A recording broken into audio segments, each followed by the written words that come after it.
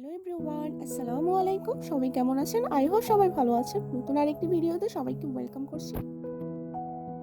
আজকে শেয়ার করছি নতুন একটি রেসিপি, যা আমি ফার্স্ট টাইম করছি। কাঁচা টমেটো খেতে কার কার ভালো লাগে?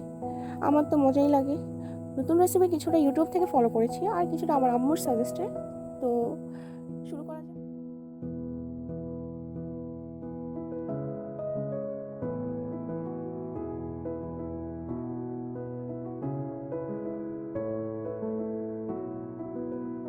পেঁয়াজটা সামান্য কিছুটা ভেজে নিয়েছি, তারপর একে করেছি মরিচের গুঁড়া, হলুদের গুঁড়ো,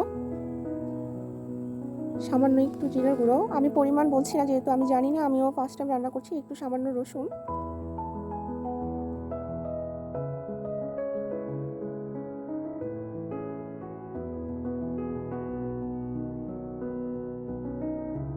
ডালটা কিছুটা সিদ্ধ করে তারপর শুটকি দিয়ে দিচ্ছি।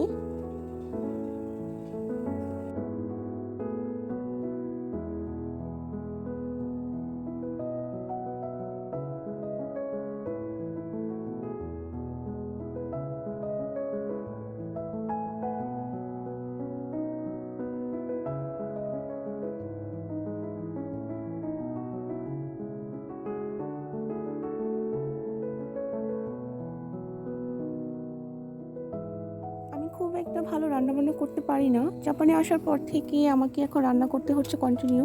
কিছু করার নাই, এটাই হচ্ছে লাইফ মেয়েদের, এটাই বাস্তবতা। সংসার সবার জীবনে আসবে, সবাইকে করতে হবে।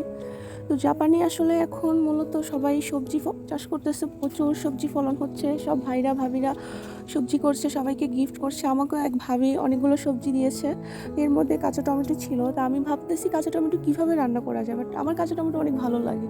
তা আমার আম্মুর কাছ থেকে হেল্প নিলাম কীভাবে রান্না করবো। তা আম্মু বললো শুটকি দিয়ে যেহেতু রান্না করবা, এভাবেই করো।